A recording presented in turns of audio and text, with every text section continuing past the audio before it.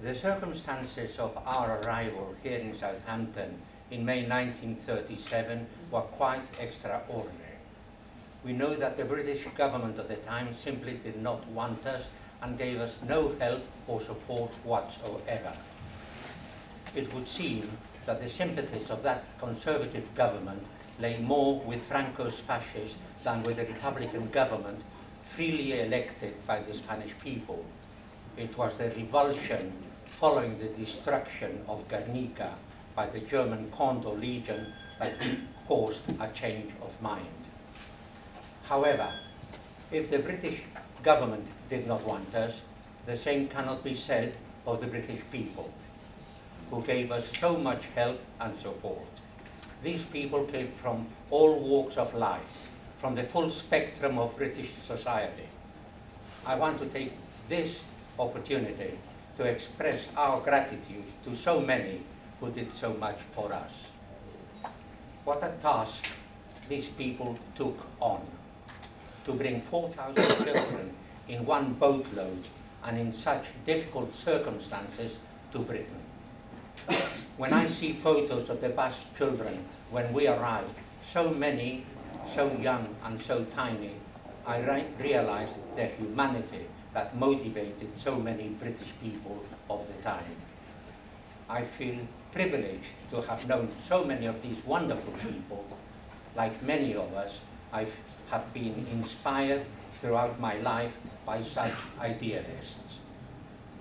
We came across many who, working in the colonias all over the country, devoted years of their lives to us. Many were working class with people with their own problems in those difficult years of depression and unemployment. Some, like Wilfred Roberts, the Liberal MP, Leah Manning, the official of the Teachers' Union, and the Tory MP, the Duchess of Atholl, organized our evacuation. I want to mention others as examples of so many. Chloe and Poppy Valiame, they both took charge of some of the colonias. Chloe's support went further. She was arrested and imprisoned in Spain while providing help to the families of some of Franco's victims. Ronald Thackeray, very much involved with the Barnet colony, who was sent to Bilbao by the Basque Children's Committee to verify that the requests for repatriation by our parents were genuine, and who was expelled by the Franco authorities. Eric Hawkins, who rushed to the camp at Eastleigh to help with the interpreting, and who did excellent work both at the Cambridge colony and at the disastrous camp at Scarborough. Then there was that lovely, caring person, Miss Pickin, the secretary of the Basque Children's Committee over so many years. She took such a personal interest in us and would even visit some of the children who were in hospital. To the Quakers, with so many of their members who supported us in such practical ways, they did not preach, they practiced their beliefs. Everything in our experiences growing up was not honey, of course. There was that hell of a colonia that was Margate, quite an experience, certainly.